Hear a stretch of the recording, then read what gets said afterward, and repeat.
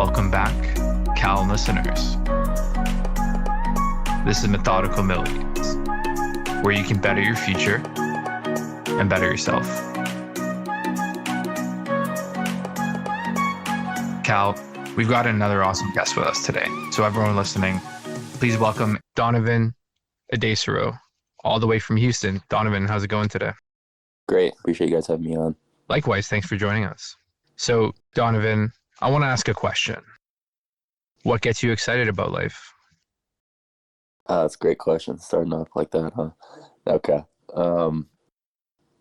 Yeah, so a lot of things. I think right now I like to solve problems. I think that kind of gets me excited, and that can vary widely, but that's my general answer. What makes problems so interesting to solve? I guess it's kind of an obvious question, but let's frame it. Is there something that drives you in a specific way? What is it about problems that makes you want to solve them?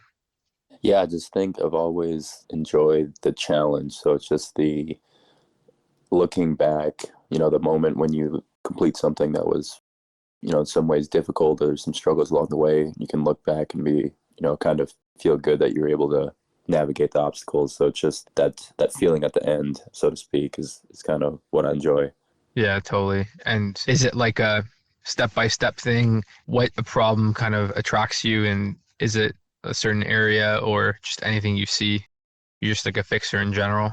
Yeah, I think right now I'm focused on solving for financial freedom in a way. So, to have the cash flow or enough to walk away from a job. So that's my current problem I'm trying to solve. No, I admire that, especially because I think, a lot of people talk about the path in life and how it's to get a quote unquote good job, but no one ever tells you that that job still has its problems. And Mhm. it's almost like a little bit misleading in that, no, you can't follow your dreams. You have to get a good job.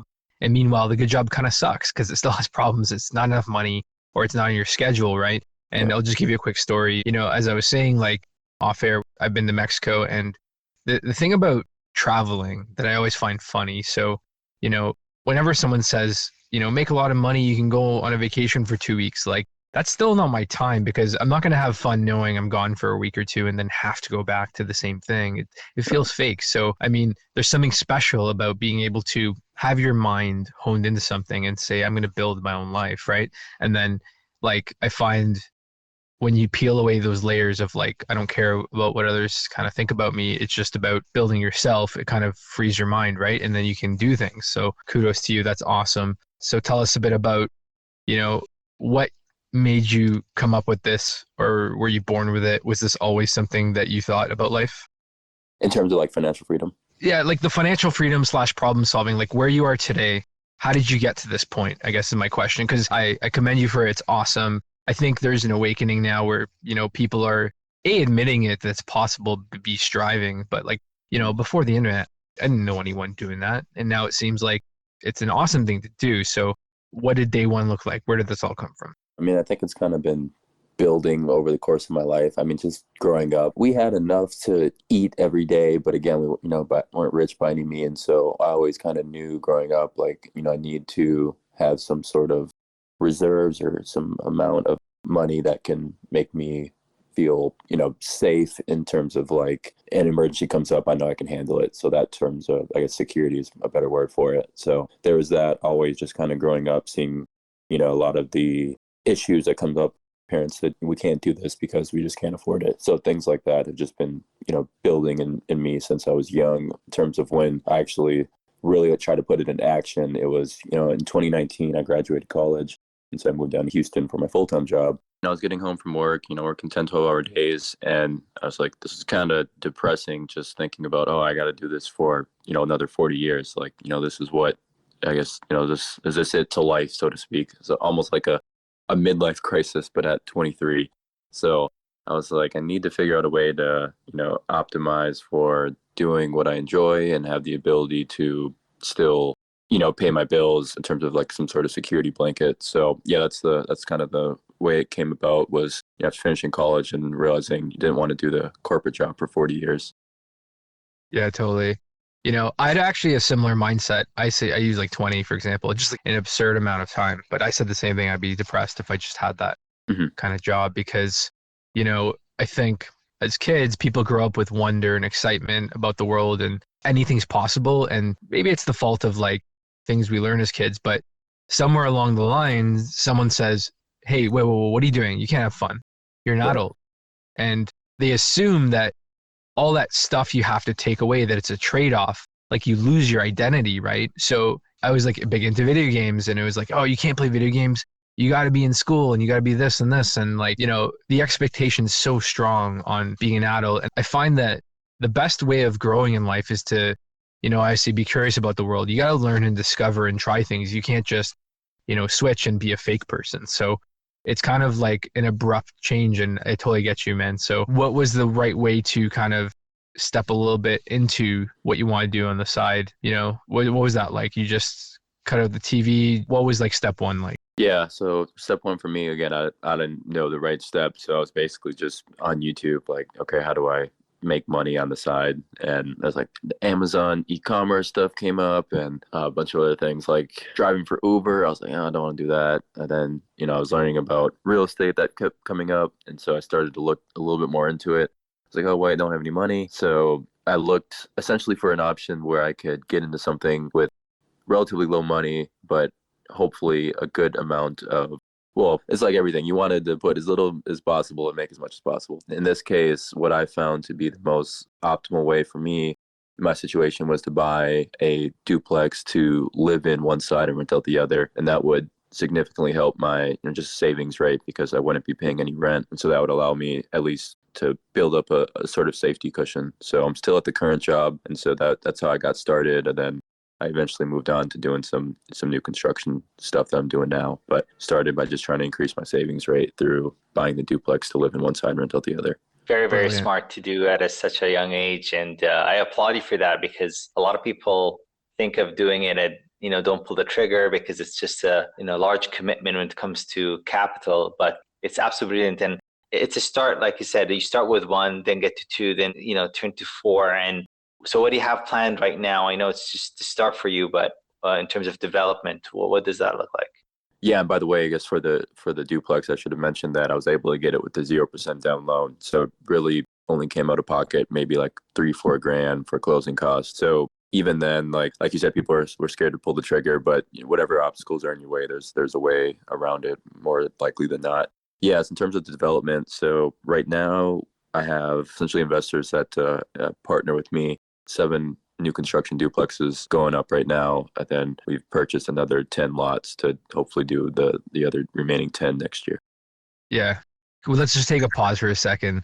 You are the king. This is amazing. So you went from duplex. I got to hear the 0% down, but 7. So I'm guessing you pulled some investors to do all 7. And are you running like would I call it a real estate fund? Is there a name for it? What would you call that? Yeah, I mean, I guess it's not a traditional fund in the sense where because yeah, I mean, for lack of a better word, that's more or less what it is, from like a big picture standpoint. But essentially, the way it operates is me and an investor have one LLC, and then me and the other investor. So each investor I have one LLC with, whereas a fund, it'd typically be multiple investors, if that makes any So sense. let's break it down here. So you have almost like a joint LLC. By the way, I'm in Canada and we can't do LLCs.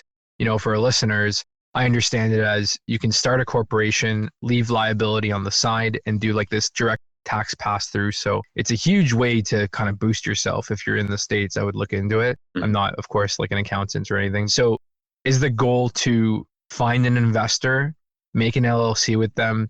You're like I think in like a fund, it's called like a managing director, or like you're the hands-on guy. The investor is going to get, I don't know what you're splitting if you feel like sharing, but they'll get a cut. They're the money behind it. So you're hustling, saying, I'm going to make you rich. Let's go into this together. I got everything figured out. And you'll maybe build, let's say one duplex with one LLC and one investor, and then just copy and paste that model 7 times with 7 different people. Yeah, pretty much. You hit it nail on the head for the most part. I mean, yeah, so I would essentially be I guess, to transition to a fund structure to compare it. So I'd be like the general partner, the investors be the limited partner, so they're providing the capital. like you mentioned, I'm kind of doing all the work. It's like I got everything figured out. Not really, but I got majority of the stuff figured out. I just need the capital, and that's where the investor comes in. The only thing is that with some of the investors, we have multiple properties. It's not just one duplex per investor. Like one investor has 8, one investor has 2. So, but yeah, for the most part, you hit the nail on the head. Yeah, that's actually, you know what, I totally forgot the terminology, but you're right. The LPs and the managing or the general partners. So Mhm. do you mind me asking the split? Are you taking 20%? Do you take higher? What's the pitch? What's the like normal in the industry? Just educate our listeners if you don't mind. For sure. Yeah, I mean, again, when I started this, I had no idea what I was doing. I didn't know about funds or real estate, private equity structures, any of that. So essentially what I did is we just did a straight split 70-30 in favor of the investor. But from my end, I wasn't taking any fees or any sort of anything like that. I guess in a typical fund structure, it's usually you'll hear 2 and 20 a lot. So 2% asset management fee, so 2% on typically whatever equities invested. So if the investor's bringing in grand in this case, and a traditional fund, they would get 2% of that, and then 20% equity. So upside is it's kind of a typical structure. So again, in my case, because I'm not taking any fees, we just did strictly 70-30 split in favor of them. And the way I figured that out was I just gave them enough equity to where they were making or projected to make, somewhere, around 40%. And that seemed reasonable enough. So figure if they can get there with 70%, then they would be fine with it. Right on. Let's just pause for a second. And I got to say how clever this is, because not enough money is got to be one of the most common, not even problems, but things people say. And then they stop. Pick any ambition and people will use that as an excuse. So you literally said money is not the problem. It's finding the right people to partner with. That's super brilliant. It's amazing. So I love that. I love that so much. So I'm curious how the first investor, where do you find this person? Is it, someone you networked? Is it online? Friends of friends? Did you just Google? Where's the investor one? How does that conversation look like? Yeah. So investor one, I mean, I guess to give context, like I knew friends and family didn't have any money. So I was like, okay, that's out the window. But I was in a bunch of these real estate Facebook groups. If you guys have heard of Bigger Pockets, it's kind of a bigger, common, I guess, popular in the US in terms of like real estate education for like beginners. And so I was in a lot of those Facebook groups. And I think that's where I found the first one. There's a few different Facebook groups where I found the first like 3 investors. So they were in these Facebook groups. I was basically targeting investors who lived in kind of high cost of living areas. So, on the coast, obviously California, New York, different price points in Houston. So my kind of pitch was, hey, you're 50, 60K, can't even buy you, shoebox where you live, but you can essentially build a whole entire duplex if we get the construction financed, more or less. So that was the pitch. I only need about 60 grand to make this work, and I'm doing all the work, and you just have to essentially sit back and I'll send you updates from there. So that's kind of how the initial pitch went. Where do I wire the money? That's amazing. So Toronto, where I'm from, is known, it's got to be up there. Rents are like about 2,100 Canadian, a little bit lower if you go on the outskirts, but, back to like cost of living, there's a huge problem in Southern Ontario where, just to give you an idea, so, half an hour outside of Toronto, there's a suburb called Milton that used to be farmhouse, and it hit 1.1 million for a starter townhome. It's insane. So, Toronto is average, got to be 1.52 million, like in the city. The levels are absurd. And Donovan, just so you know, I'm not going to get political, but the common thread I hear, which is true, because, I grew up in the last 10, 15 years trying to figure out this whole thing. And I think people get punished for not getting into something. So the cliche way is buy a house, build equity, and that safety and stability has been ripped away from people because things are so expensive. The thing I'm going to say that besides the whole, like, you're obviously hacking the system, you're killing it.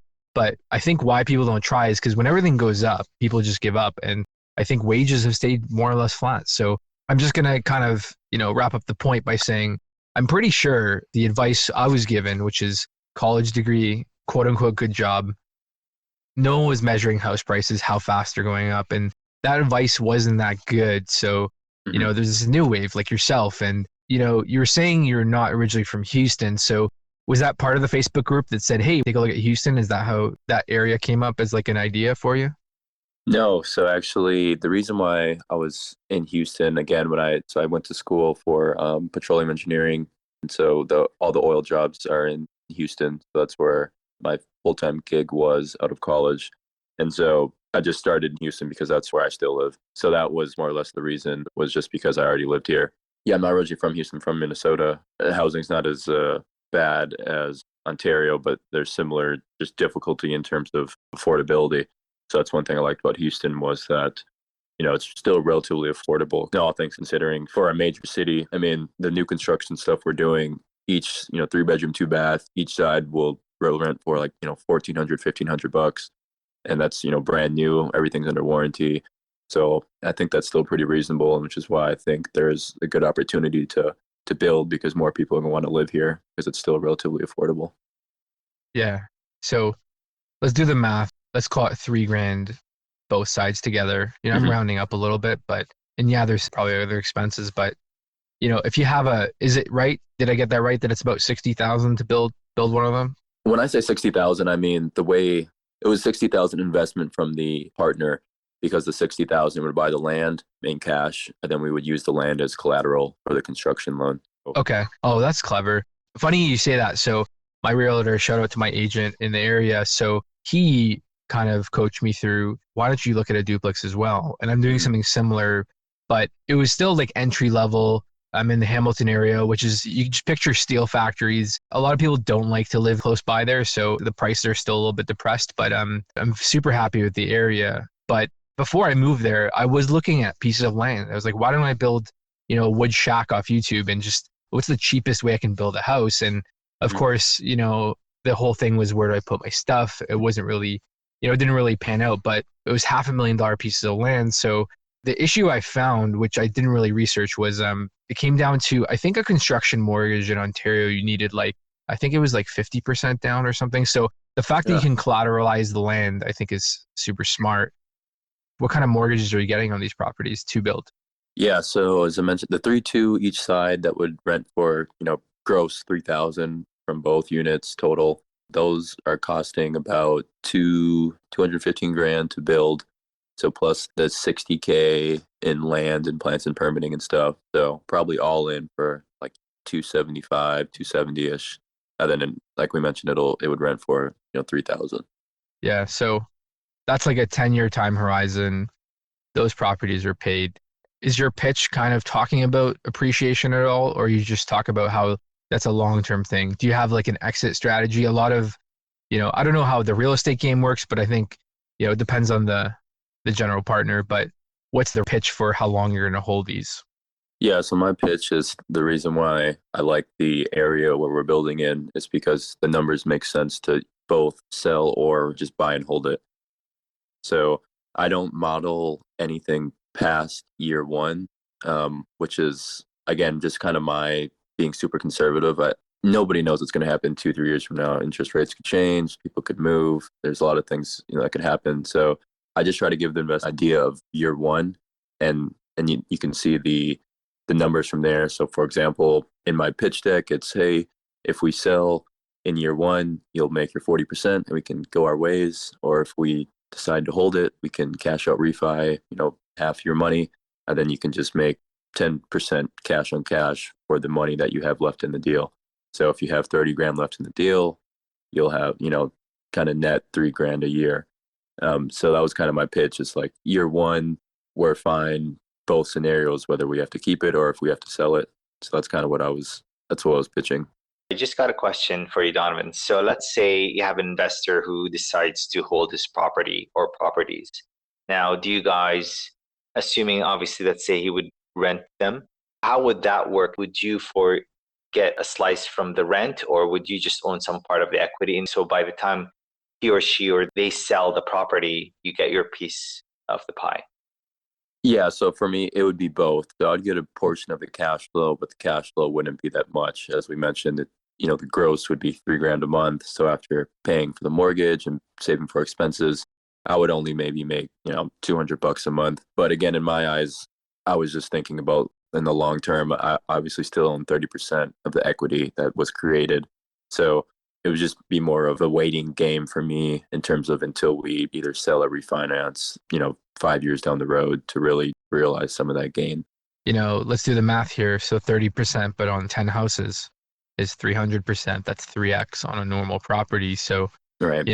You've built an empire really quickly. And I just want to remind people that good things take time. So, I think you have that patience to say, like, this is a longer term thing and you're really digging in and running with it. So, what I see here is that, you start to build a name for yourself and they'll tell their friends or you'll get reviews.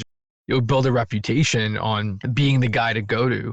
And then, at one point, people will probably start to throw money at you and maybe you change the terms. Maybe after 10 successful builds, maybe you take 40%, maybe you take your 2% fee or something. Not that you want to change the model, but For sure. And yeah, I mean, that's ultimately be where I like to get to where I can charge some sort of fee just so I could maybe dig into this full time rather than, because right now I'm still keeping my full time job and doing all this on the side.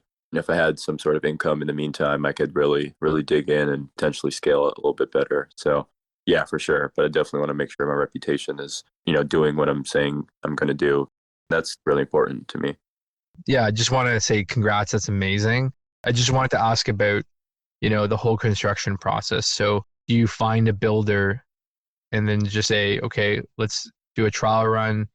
Are you building all these 7 at the same time? Are you staggering them? What's that process like? Yeah, sure. So I'm hiring a general contractor to obviously manage the builds, but I'm definitely managing the general contractor. So I found him essentially through networking through some of the local Facebook groups here. I met with him initially at some of his job sites to get a feel for him. Then we probably stayed in touch for about 6 to 8 months before I finally started to sign a contract with him to use. So he's doing all 7 of our builds that are currently going right now. In an ideal scenario, I'd probably have at least another GC to spread out some of the workload. But at the moment, he was just the best option. So that's kind of the way it's going now. I'm just listening to this and it's a great reminder that there's no excuse in life. If you want to do something, this is literally just raw creativity and resourcefulness. So I'm just in awe of how cool this is. And I think you were very clever at pitching. It makes sense that you're an engineer with the whole problem solving thing, because that's like, I guess, what engineers do. But you've got that pitch. You got investors to say yeah. So were you born with that? Did you have a sales job in the past? Because just great job, I have to say. That's awesome. I appreciate that. No, never had a sales job. I actually do not like sales. Like I am intimidated by like cold calling or having to just walk up to strangers and talk to them. So I'm like kind of introverted. So yeah, no, I never had a sales job. I just try to be like a semi-decent person. I mean, that's really it. I mean, I don't try to be anything I'm not. Just try to lay out the numbers and give them my pitch, why I think I can execute. If it works for them, great. If not, no worries. And yeah, that's kind of the way I go about it. Yeah, totally. And that's what it comes down to. So Cal and myself have been in sales for, probably 10 years. And, the first thing I teach people in sales is don't sell. So like I find the secret with building like a fund or a company, which you could say you're building a real estate empire, so to speak. This could quickly grow into something huge. You're genuine. You genuinely want to build these things. It's really well thought out. And what about the research process? What got you comfortable to know that the numbers are going to work? I guess you had your first duplex. So once that started working, you just said, I'm going to go do more. Yeah, I mean, looking back, pretty naive, right? I mean, all I had was a duplex that I bought to live in, figured I could build one of them. So I was a little naive in that sense for sure. What gave me confidence was like, again, talking to the different parts of the team. So again, I was talking to the GC to get an idea of the building costs, what potential pitfalls we could run into, the timeline, talking to the architect of what delays we could have with permitting, which is a big thing. I knew the outline of the duplex made sense, and I knew there was demand for it in the area I'm building.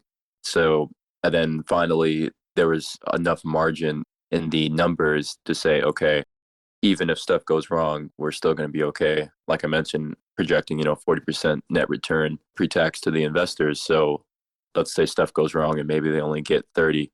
well, they might not be happy with me, but they're going to come out okay. They're not going to lose money. So that's really what I was focusing on. It was like, man, even if stuff goes terribly wrong, worst case, maybe they make, 20, 25%, and, they're still going to be okay. So that's kind of what made me have the confidence to move forward. There's got to be a word opposite to naive and trying, like being foolish and never trying in life. Someone has to Google this, or maybe in another language, because there's something special about, I think people call it, you don't know what you don't know. So you don't have bad habits. You don't kind of hold yourself back. How many experts think they know the right way and they're stuck in what they do, right? So, I mean, I wouldn't even call it naive, just excited to try things. And I think it's clearly setting you on the right path. So let's talk about that downside protection a bit. So do you mean that you're projecting, like if someone puts in 50,000, 10% is 5K, 30% is 15. So they'll make an extra 15 on their 50. They'll make like a $60,000-$70,000 exit. Is that kind of the idea?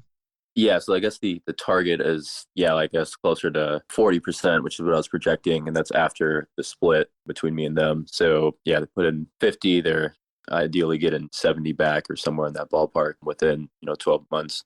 And then obviously, if things were to, I don't know, extend longer or go wrong, in the worst case scenario, I wrote into our kind of operating agreement that they get all their money back before there's any cut between me and them. So basically what I'm saying is things would have to go significantly wrong, because at the deal level, before our split, it's more of like a 60% net return. And then obviously 70% of that is, closer to 40 or somewhere in that ballpark.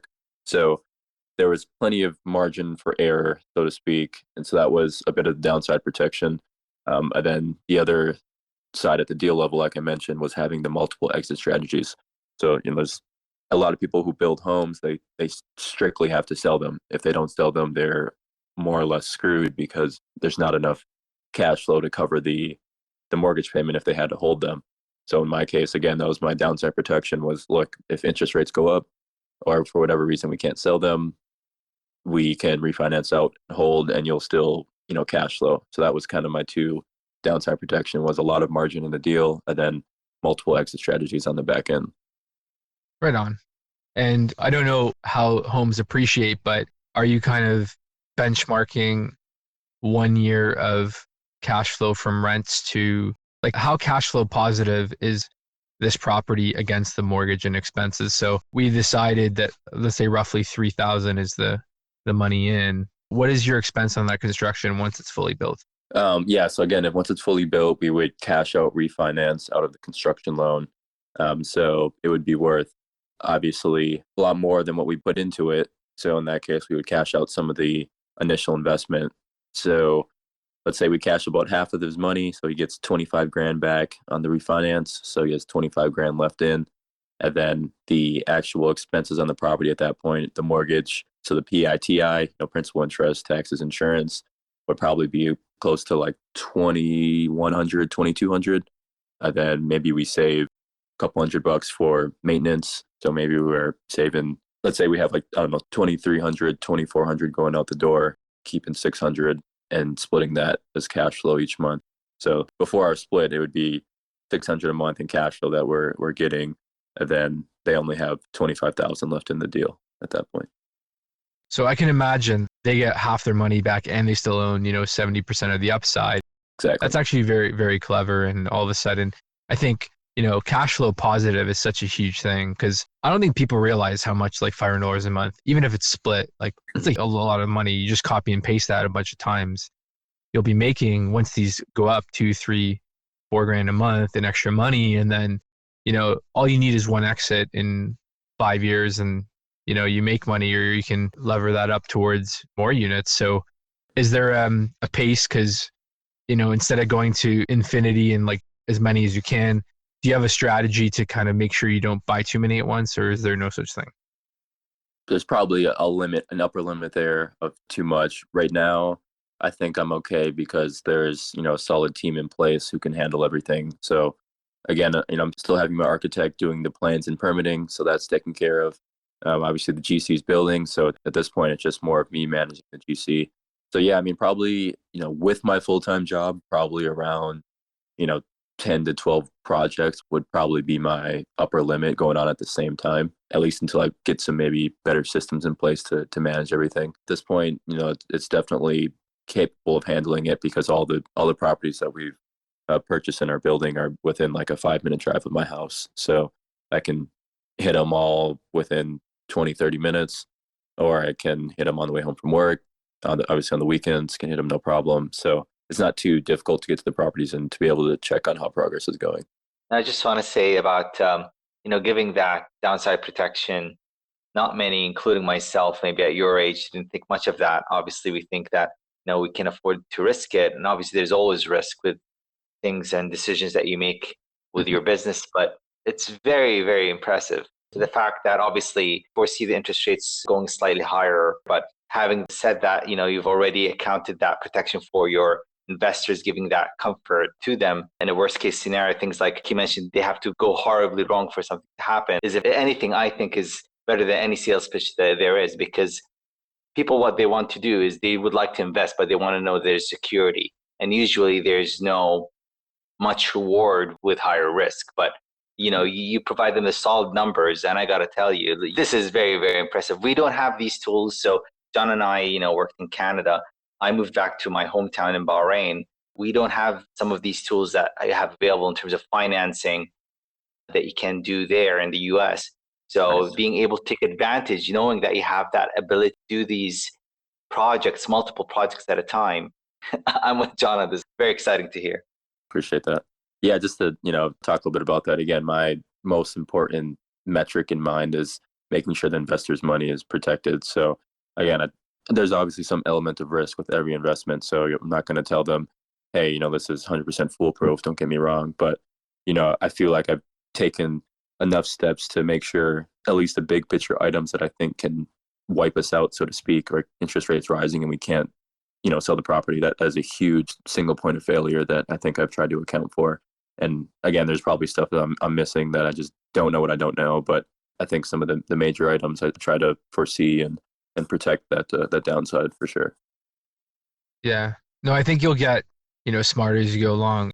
The word's more experience. So I think, you come up with something once and then you'll know for 10 units or 100 units, what to look out for. Right. You'll learn which investors are kind of the ones who are cool and tempered or hard to deal with. And I'm sure there's all sorts of personalities. Like, you ever get someone freaking out over the phone saying, I need my money, I changed my mind, or like, I guess, do you find everyone's easygoing, or are these like doctors, dentists? Who's like the personality that invests with you, or just people who have a bunch of real estate and too much money?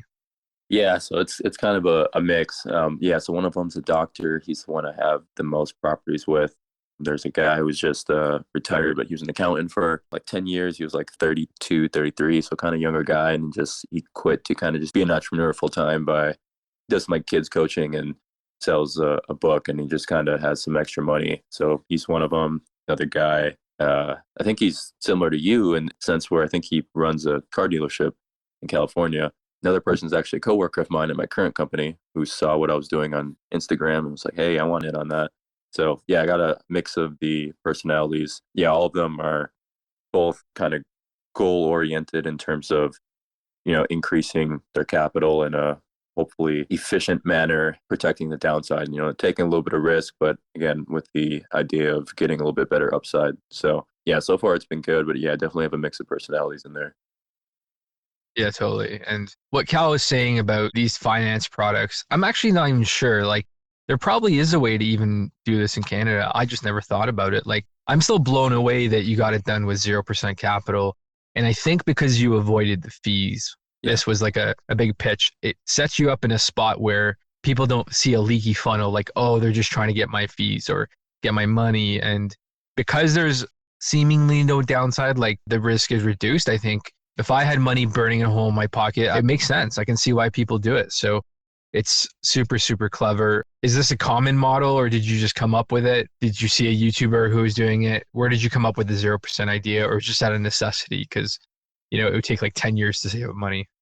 Yeah, I was just going to say that. Like, yeah, I didn't see anyone doing it. I didn't even know you really could do it. Again, I was just like, I don't have any money. Like, this is my only option. Basically, where I was at was, again, I bought my duplex. I closed on that April of 2020. And so I graduated, May 2019. So I was only out of school for a year. I got a little bit of student loans. So, I'm paying those off.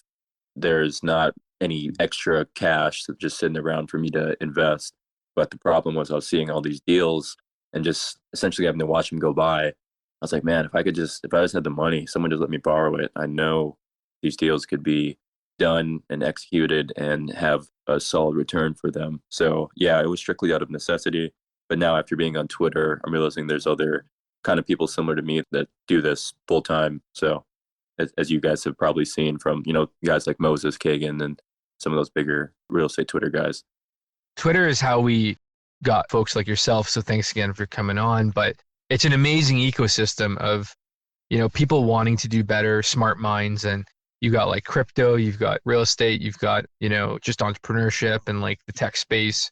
I don't know any other platform. I guess there's like the Facebook groups, like you said, but it's got to be the most focused media platform, I would say, where it's bi-directional. So, we're talking, we're sharing ideas, and people, it's a very humble platform in a lot of ways where, people go to learn, even the best go to learn, I find, right? Like there's always someone you can learn from. So I think it's so amazing that you can just kind of follow in, that people actually share time out of their day. Hey, look, this is what I came up with, or there's a lot of crazy threads you can follow, right? Of like so many like just ways to think about life, I find. So how long does a typical construction take?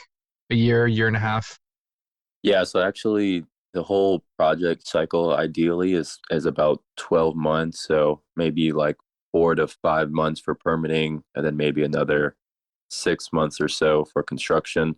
Right now, construction has been taking a little bit longer. So like right now, it may be closer to 7 to 8 months. But yeah, ideally somewhere in that 6 to 8 month time frame for construction, and then maybe 4 months or so, 4 or 5 months for the plans and permitting to be approved through the city. Awesome. And when is your first of these homes going to be built? Yeah, it's actually done like next week. So we're supposed to close on it next week. Just got to pass a few final inspections. So that'll be the first one of the 7 that's completed. That's amazing.